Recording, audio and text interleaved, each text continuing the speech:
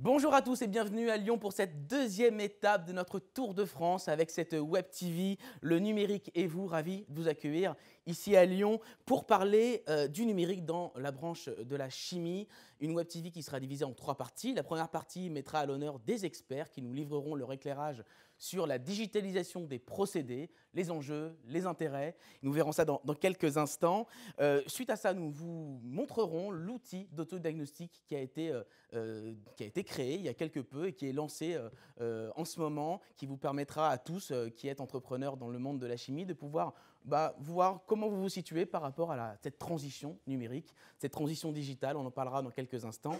Et en dernière partie de l'émission, deux retours d'expérience plutôt, de personnes qui vous livreront leur histoire autour d'une collaboration. On appelle ça du reverse mentoring. C'est une personne qui travaille dans l'industrie de la chimie, qui a encadré une alternante. Et cette association-là a créé des merveilles. Vous verrez tout à l'heure cette histoire. Et je tiens à préciser que cette journée est organisée par France Chimie avec l'Observatoire des industries chimiques, avec le soutien de l'État, dans le cadre d'un EDEC. Alors, qu'est-ce que c'est un EDEC? Un EDEC, ça veut dire engagement de développement de l'emploi et des compétences. Et concrètement, c'est un cofinancement de l'accompagnement des entreprises et des salariés vers la transition numérique. Donc voilà, le cadre est posé. Je vous propose de débuter avec la première partie, parole d'expert.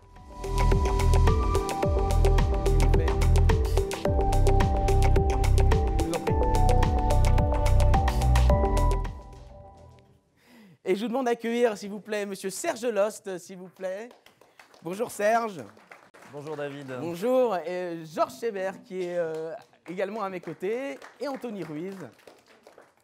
Alors, merci à vous trois. Je vais vous présenter d'abord, avant de commencer à discuter ensemble. Serge Lost, vous êtes Managing Director chez Accenture. Tout à fait. Ça veut dire associé. Managing Director, c'est ça, en français, dans le texte. Et vous avez travaillé sur use case et vous accompagnez également tout l'accompagnement autour de cette digitalisation de la branche. Tout à fait. Ça fait 20 ans que je travaille dans le secteur de la chimie. Toujours un plaisir de venir à Lyon, qui est le cœur battant de l'industrie chimique en France. Et Accenture s'est engagé effectivement en début d'année avec beaucoup d'enthousiasme dans l'accompagnement de France Chimie sur la transformation numérique, pour faire bénéficier de l'expérience que nous avons acquise auprès d'un certain nombre de groupes au niveau international et participer donc au développement de cet enjeu important pour l'industrie. On va du coup profiter de cette expérience. Merci d'être là ce matin. Également avec nous, Anthony Ruiz. Bonjour Anthony. Bonjour à tous. Bonjour, vous êtes président fondateur de Inevo Technologies. Oui, tout à fait. Un petit mot sur votre entreprise? Oui, c'est une structure qui est spécialisée en génie des procédés, donc qui accompagne les différents industriels de la chimie et d'autres secteurs d'activité de l'industrie qui mettent en œuvre des liquides, des poudres et des gaz. Et je suis un passionné du numérique, un passionné de la chimie. Et donc, c'est naturellement qu'aujourd'hui, il faut allier le génie des procédés et le numérique. Et on sent cette passion, et en tout cas en préparant cette émission, on a bien vu cette passion, on essaiera de la retranscrire ce matin. Et également Georges Schébert qui est à mes côtés. Bonjour Georges. Bonjour. Bonjour, ravi de vous compter parmi cette table ronde. Vous êtes directeur de la transformation et des relations publiques chez Adiceo. Tout à fait. Et vous avez travaillé à la digitalisation des procédés chez Adiceo. J'ai essayé d'être un peu sponsor. Eh bien, écoutez, on va en parler. Merci beaucoup. Première question pour vous, Serge. Vous accompagnez du coup cet engagement numérique de la branche. Quel est l'engagement numérique de la branche sur le digital? Alors, je pense qu'il est très fort. Lorsqu'on a entamé nos discussions avec France Chimie, le constat était que la France avait une industrie chimique qui était très contributrice. C'était le premier secteur exportateur pour le pays, mais que la transformation digitale était un enjeu important, surtout dans un écosystème où il y a des grands groupes, mais aussi des entreprises de taille intermédiaire et des PME, pour lesquelles le sujet du numérique est un sujet important et parfois difficile à appréhender. Donc, il y a ce souhait donc, de s'accompagner. Nous, ce qu'on va faire dans ce cadre de ce partenariat, c'est mettre à disposition des exemples de use case, en fait, de projets dans lesquels le digital a permis d'atteindre des résultats assez impressionnants en termes d'amélioration de la production, de réduction de la consommation énergétique, donc très bien alignés avec les enjeux dont parlait M. Fructus en démarrage de cette journée. On va également mettre en place des modules de formation et d'autre part également aider à identifier quelles peuvent être des solutions technologiques pertinentes pour des acteurs du secteur. Donc tout ça sera mis en place dans une plateforme en fait, qui sera en cours de déploiement par France Chimie. Et vous dites, le numérique, parfois, c'est un peu compliqué de savoir comment prendre le sujet lorsqu'on est une PME, par exemple, ou une petite entreprise. Et ça peut permettre aussi d'accompagner ces entreprises-là à rentrer dans cette sphère digitale. Tout à fait. Je pense que même pour des grands groupes, on sent que le sujet du digital est un sujet important. L'industrie chimique est une industrie qui produit énormément de données. Lorsqu'on compare par rapport à d'autres secteurs industriels, il y a des volumétries de données qui sont extrêmement importants, pas toujours exploités de manière complètement optimale, alors qu'on est dans une industrie qui a des capex importants. Et donc, il y a cette reconnaissance qu'on pourrait faire davantage avec les données. La question pour les plus petites entreprises, c'est comment identifier les bons sujets sur lesquels travailler, comment identifier les technologies sur lesquelles investir et comment développer les compétences qui permettront de travailler sur ces sujets, parce que ce n'est pas qu'un sujet de technologie, c'est un sujet de culture, c'est un sujet de compétences des équipes, et donc des sujets un petit peu complexes à appréhender pour les plus petites entreprises qui peuvent pas se permettre en plus de faire d'erreurs, alors qu'un grand groupe peut parfois être un peu plus, prendre des risques plus importants. Très bien. Et alors pour être un peu plus concret encore, on va parler aujourd'hui des enjeux de la production batch et continue. Quels sont les enjeux autour de ces procédés, Serge ? Alors, la production dans le secteur de la chimie est, de notre point de vue, l'endroit où doivent se concentrer les efforts sur le digital dans une phase de démarrage, pour deux raisons. Le premier sujet, c'est que ça représente une part importante de la structure de coûts des industries chimiques, à la fois en termes de coûts d'exploitation, mais également de capitaux engagés par les entreprises. D'autre part, comme je le disais, c'est un secteur dans lequel il y a énormément de données. Une entreprise de chimie, elle peut avoir beaucoup de données sur sa production. Elle a souvent un petit peu moins de données sur ce qui se passe dès que les molécules sont sorties des usines. Donc, la concentration, c'est sur le manufacturing et sur la supply chain. Donc, dans la chimie, on distingue très classiquement les industries de process et les procédés batch. Les enjeux il y a des similarités entre les deux. On est sur des enjeux d'amélioration des coûts, d'augmentation des capacités avec des contraintes de CAPEX. Mais il y a quand même un certain nombre de spécificités. Lorsqu'on prend les industries de process, donc on est sur des améliorations de consommation énergétique, sur des améliorations de rendement de conversion sur les matières premières. Également sur des problématiques, par exemple, de maintenance, en mettant de la maintenance prédictive pour améliorer les taux de disponibilité des outils. Sur le batch, on est sur des enjeux qui sont souvent un petit peu différents. Les notions de golden batch, par exemple, sur lesquelles, en s'appuyant sur des données historiques de production, on peut, de manière continue, améliorer la performance des batchs pour se rapprocher du golden batch, mais également faire en sorte, avec de l'optimisation, par exemple, de la planification de la production, également augmenter la capacité des usines de manière assez significative. Et en préparant l'émission, vous me dites, et ce qui m'a intéressé, c'est qu'effectivement, on a des grandes quantités de données, on accentue notre travail plutôt sur la production. Or, une fois que le produit est sorti des usines, il y a encore des données qu'on peut capter qui peuvent permettre d'améliorer la production. Alors, l'industrie chimique est, par rapport à d'autres secteurs industriels et services, le produit n'est pas numérique en tant que tel. Les molécules resteront des molécules, devront être physiquement transportées. Par contre, ce que l'on observe, c'est qu'il y a dans un certain nombre de secteurs de l'industrie chimique, une industrie assez diverse, il y a des nouveaux business models qui peuvent commencer à émerger, sur lesquels la proposition de valeur de l'entreprise n'est pas uniquement sur la livraison de molécules, mais peut être sur la fourniture d'un service, d'une performance qui va être mise à disposition d'un client. Deux exemples que l'on donne de manière assez classique, ça peut par exemple être dans le traitement des eaux, sur lequel on peut vendre des molécules qui sont utilisées dans le traitement des eaux, des polyacrylamides par exemple, et on peut également vendre à un client des solutions permettant de garantir un niveau de qualité des eaux utilisées dans les usines. Donc là, avec un modèle sur lequel le digital peut jouer un rôle important et sur lequel les entreprises vont devoir investir pour pouvoir effectivement capturer des données sur les sites des clients. L'autre exemple, c'est par exemple dans l'agrochimie. On entend beaucoup parler de pesticides, de ces produits-là. On voit de plus en plus des mouvements dans lesquels, finalement, ce qui compte pour les agriculteurs, c'est le rendement à l'hectare et dans lequel le digital peut permettre de faire des solutions qui soient plus performantes, à la fois en termes de coût, mais également de respect de l'environnement. Très bien. Et alors, vous avez entamé une démarche d'observation du secteur de la chimie au travers de use case que vous êtes en train de consolider. Est-ce que vous pourrez nous préciser l'intérêt et comment vous menez cette démarche avec Accenture? Alors, Accenture est un très grand groupe. On est 1,5 million de personnes dans le monde, dans 130 pays. Donc, on est organisé en réseau. On est présent dans 130 pays avec un centre de compétences mondial, en fait, sur lequel on échange un certain nombre d'informations sur les meilleures pratiques observées dans les projets que nous conduisons pour nos clients. Et donc, ce que l'on a fait avec les équipes de France Chimie, c'est d'identifier, avec quelques entretiens que nous avons conduits à la fois auprès de grands groupes, d'entreprises de taille intermédiaire et de plus petites entreprises, une vingtaine de use cases qui vont couvrir en fait les différentes familles d'enjeux, donc à la fois la production, également des sujets sur les achats, sur la recherche et l'innovation. Et donc ce qu'on va faire, c'est mettre à disposition des exemples en fait, de ces projets qui ont été conduits par des entreprises dans le monde réel.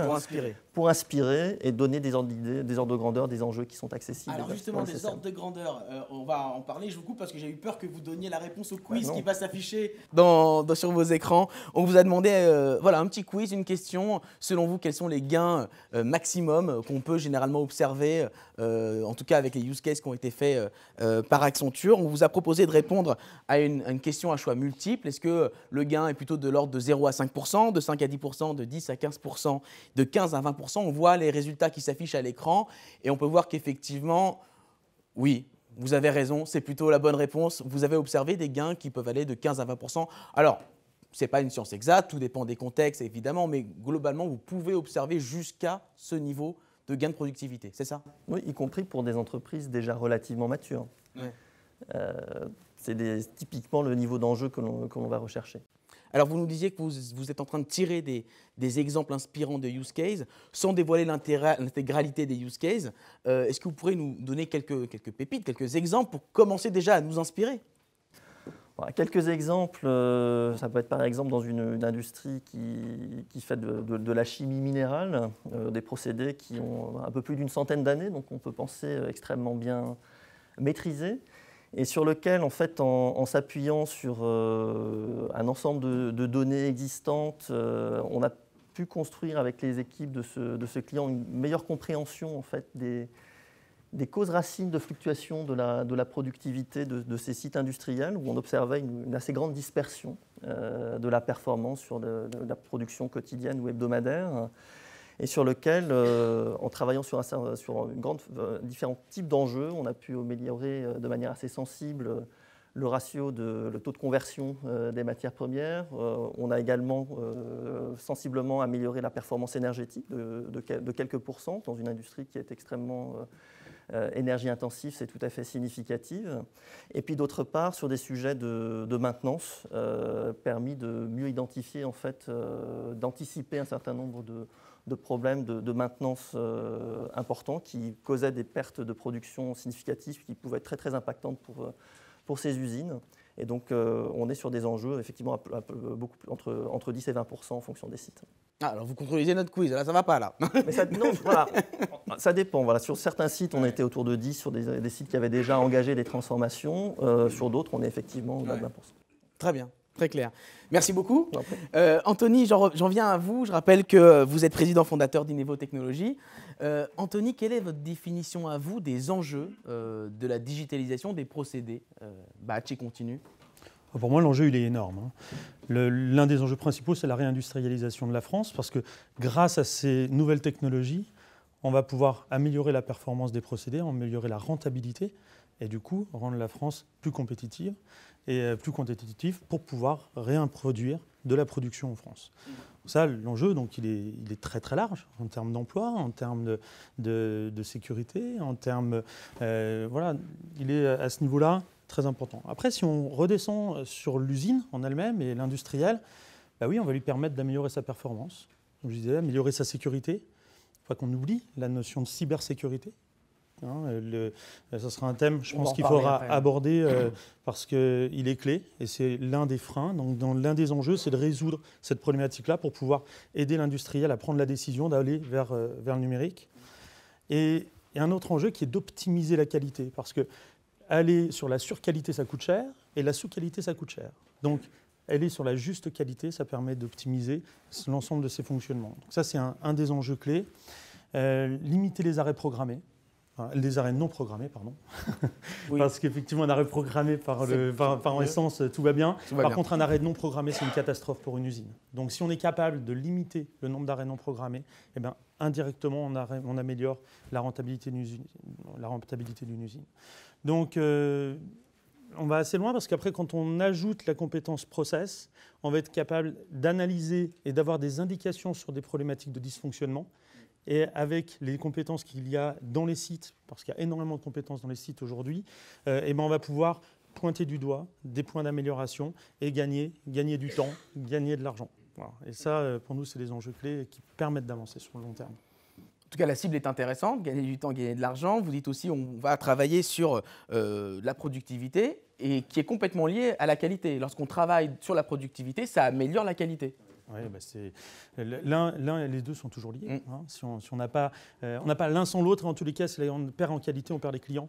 Ouais. Donc derrière, on n'a même plus besoin de produits. Hein. Ouais. Donc les enjeux, ils sont systématiquement duaux. Ils sont liés. Et liés. Alors du coup, si on veut débuter un projet de ce type avec le digital, quelles seraient les grandes étapes à poursuivre pour aller vers ce joli gain? Alors moi, il y a un thème que j'aime bien et qu'on connaît chez France Chimie, qui est l'orchestre. Et pour moi, l'usine, c'est un orchestre. Voilà. Donc l'orchestre, il joue une œuvre. Et quand il joue son œuvre, ce qui est important, c'est d'être capable de bien l'écouter. Donc en un, c'est d'avoir de bonnes mesures, de bons micros. Avoir des labos comme Axel One qui sont capables, Axel One Analysis, qui sont capables d'aller mettre en avant de nouvelles technologies de capteurs, ça permet de toute façon d'avoir la meilleure mesure et les bonnes informations sur ce qui se passe. Parce que sans mesure, on ne fait rien. Voilà. Derrière, il faut être capable de remonter ces informations, les analyser, les contextualiser. Et après, si on reprend à nouveau le thème de la musique, si on les compresse de manière trop importante, on perd en fidélité. Et si on perd en fidélité, derrière, si on est bon mélomane du procédé, on ne va pas être capable d'analyser et du coup, on ne pourra pas utiliser ces données de manière intéressante, aussi bien en termes d'analyse statistique qu'en termes d'intelligence artificielle. Donc, la fidélité est importante. Ça veut dire quoi, compresser les données? Si on sort de l'analogie numérique, musique pour comprendre un peu ce que vous entendez par compresser les données. Oui, alors c'est simple. Quand vous mettez en route une pompe, il y a une mesure de débit, il y a une mesure d'intensité. Et du coup, si on compresse trop la donnée, on va voir un plat. Alors que si jamais on regarde les choses de manière pointue et continue, on va voir le Dirac d'intensité au démarrage du moteur. Et puis on va voir exactement les informations et qu'est-ce qui se passe dans les phases transitoires. Et ces phases-là, elles sont hyper importantes. Et si on ne les a pas mesurées, si on ne les a pas stockées, si on n'est pas capable de les stocker, à ce moment-là, on ne peut rien faire. Voilà. Donc, cette partie-là, elle est clé. Et aujourd'hui, l'enjeu stockage, il est moins problématique. À partir du moment où il est fait en toute sécurité, stocker de la donnée, ça ne coûte plus rien ou ça coûte beaucoup moins cher. Et donc, c'est ce qui fait qu'on a eu un levier ces dernières années où, à partir du moment où on a cet essor digital, on est capable de faire des choses qu'on n'était pas capable de faire il y a 10 ans. Et même si on avait les compétences, même si on avait beaucoup de choses qui étaient faites pour pouvoir mesurer, et c'est vrai que la chimie, c'est un métier qui était digitalisé avant tous les autres. Voilà, si on peut mettre la chimie et l'automobile, qui sont vraiment des secteurs qui sont en pointe à ce niveau-là. Mais les nouveaux outils, ils permettent de faire des choses nouvelles qu'on ne pouvait pas faire avant. Voilà. Donc on la mesure, on la stocke, et qu'est-ce qu'on en fait derrière là ? Il faut la préparer, il faut la traiter, il faut être capable d'en faire quelque chose derrière. Donc, si on prend l'exemple d'une analyse statistique, l'analyse statistique, elle est possible à partir du moment où on a des données qui sont sur le même pas temporel. Donc, si on n'est pas sur le même pas temporel, on ne peut pas faire de stats. Enfin, ça devient compliqué. Donc, il faut préparer ces données, il faut avoir des outils qui soient capables de le faire en live. Voilà. Et ça, c'est des éléments qui sont importants. De faire du calcul, de faire de l'agrégation, de faire de l'interpolation. Donc, entre deux mesures qui sont faites toutes les 8 heures et deux mesures qui sont faites toutes les 2 secondes, qu'est-ce que je fais de la donnée entre l'heure 0 et l'heure 8 ? Voilà. Faire des simulations, maintenant les outils permettent de faire également des simulations plus ou moins avancées. Effectivement, une fois qu'on a bien stocké, bien structuré, là on peut en faire quelque chose. Il y a 3 voies principales pour moi. Il y a la visualisation, voilà, donc qui est clé pour avoir les bonnes infos rapidement dès qu'on en a besoin. Et ça, pareil, c'est quelque chose qui est nouveau. Il y a être capable d'en faire une analyse statistique, donc faire l'analyse de données, ça veut dire de la simulation, ça veut dire de la statistique, ça veut dire de l'intelligence artificielle. Et puis aussi, c'est de l'alerte. Être capable de faire un suivi opérationnel en live, d'avoir des cartes de contrôle qui se mettent à jour et qui vont être capables de suivre le produit actuellement donné.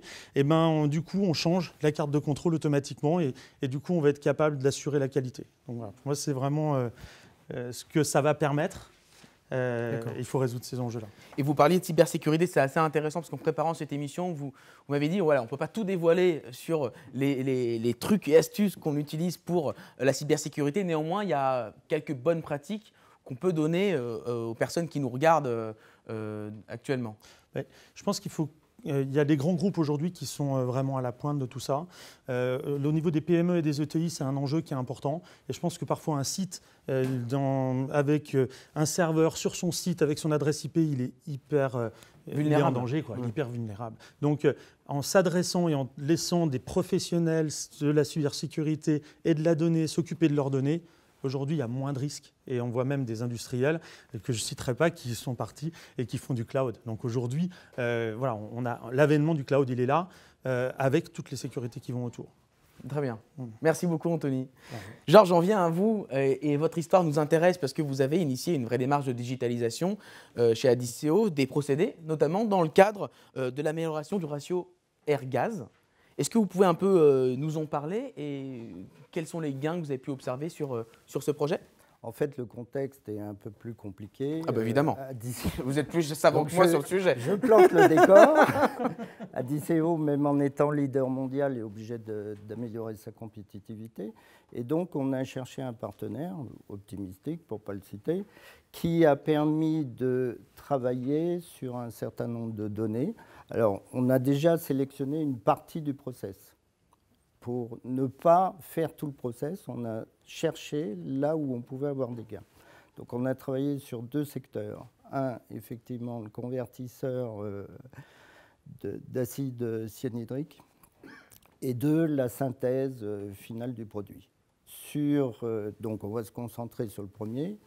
Donc, on a capté. Alors, on a la chance d'avoir des superviseurs de production et de sécurité des procédés depuis très longtemps. Donc, on avait des tonnes de données et on ne sait pas quoi en faire. Et justement, grâce aux partenaires, on a pu sélectionner ces données, les collecter et on a remonté à peu près 5 ans de données sur le ratio gaz-air, mais aussi sur le ratio ammoniac-air. Et du coup, on a réussi à cibler, avec toutes les données, les meilleures plages de ratio pour avoir le rendement maximum en acide cyanhydrique. Et tout ça grâce au digital, à la mesure, tout à fait, à l'analyse statistique. Tout à fait. Alors, on parlait du cloud tout à l'heure. Effectivement, il y a un problème de confidentialité, surtout sur la compétitivité qui joue en ce moment. Et donc, sans nommer de nom, on a acheté des espaces, 3 espaces différents, et on a les données saucissonnées en 3 espaces avec des mots de passe différents. Donc, on est obligé d'avoir la synthèse des 3 clouds pour pouvoir avoir les données. Donc, c'est sécurisé. Très clair. Alors, les gains observés par rapport à ce projet ? Alors, les gains observés, ils sont à la fois qualitatifs et quantitatifs. Je vais vous parler un peu argent, comme ça vous verrez. La sélection des points de process sont importants.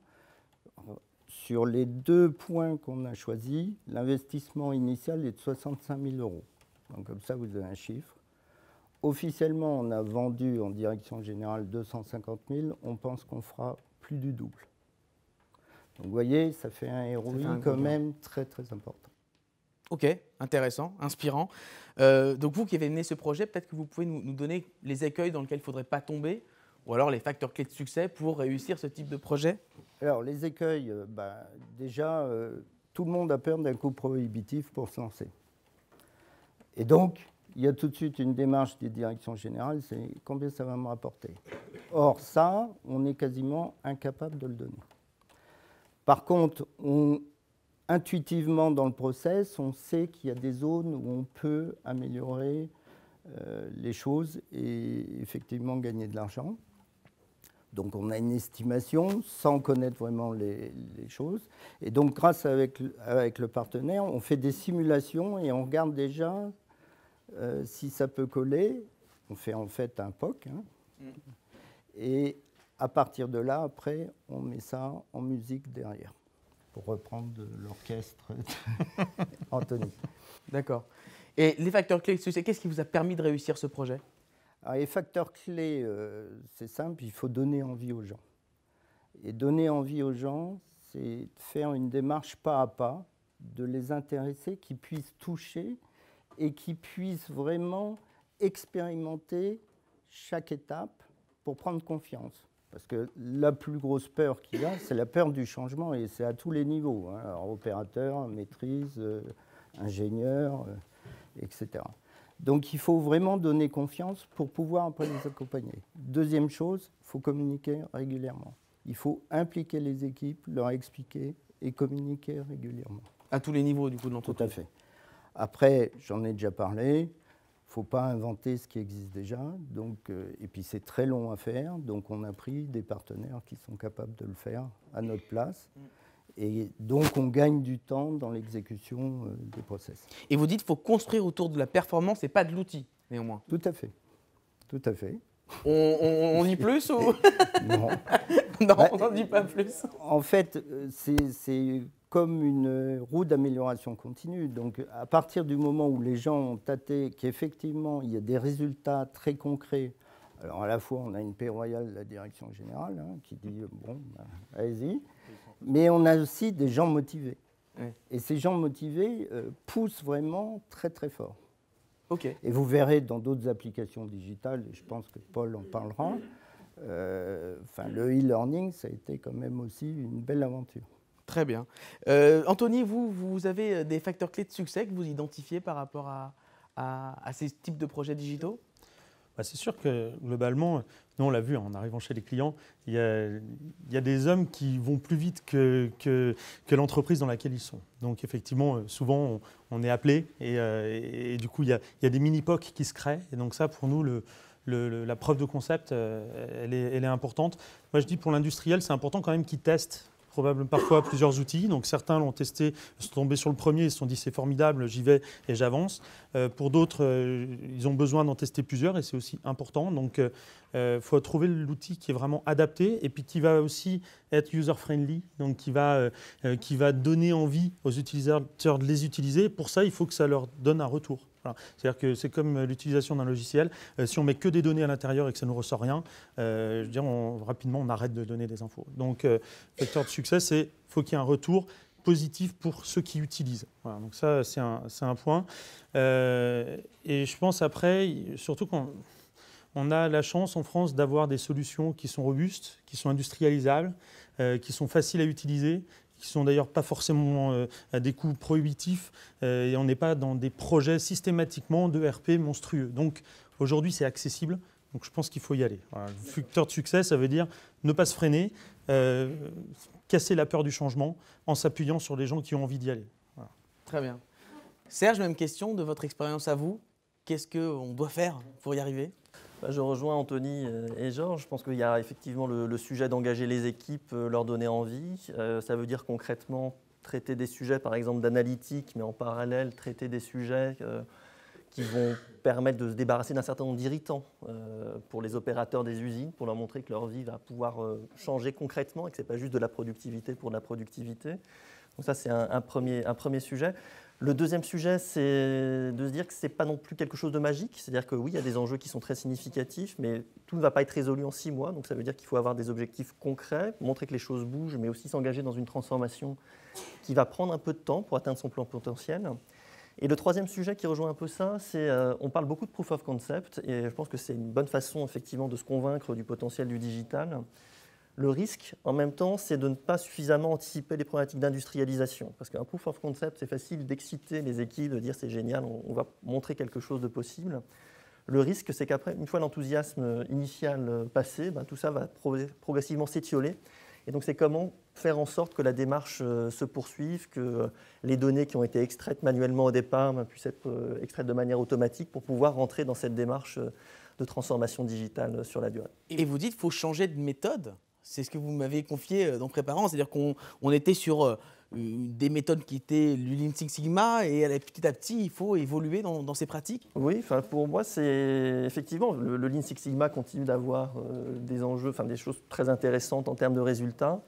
Ceci dit, lorsqu'on regarde ces processus, cette transformation numérique, il faut parfois aussi abandonner un certain nombre d'idées, puis aussi reconnaître par exemple que l'expérimentation, le fait d'avoir de la variation, c'est quelque chose qui est très riche dans une entreprise, dans une usine de chimie. Si vous avez un DIRAC sur un paramètre, globalement, les approches de type machine learning ne vous permettront pas de comprendre quoi que ce soit. Donc il faut avoir à la fois des expérimentations intentionnelles, donc encourager les opérateurs, les agents de maîtrise et les ingénieurs procédés à changer un peu des paramètres de production pour explorer davantage l'univers des possibles, mais aussi, d'autre part, se dire que des erreurs inintentionnelles sont parfois riches d'enseignement. Et on peut parfois trouver des set points dans une usine qui sont finalement plus attractifs parce qu'à un moment donné, quelqu'un a fait une erreur ou qu'un équipement ne s'est pas comporté de manière normale. Et ça, c'est quelque chose qui est riche d'enseignement pour des approches digitales, statistiques, basées sur du machine learning. Très bien. Merci beaucoup à tous les trois. Vous avez quelque chose à rajouter, j'ai l'impression. J'ai oublié une chose. Mais je le sentais, Georges. Je le sentais. Célébrer les succès. Célébrer les succès. Et ça, c'est très important pour la dynamique. Il faut vraiment que les équipes se sentent à la fois réconfortées et récompensées par les succès. Parfait. Merci beaucoup. Merci à tous les trois. Je vous propose de passer à la deuxième partie de cette émission, Digital First Step.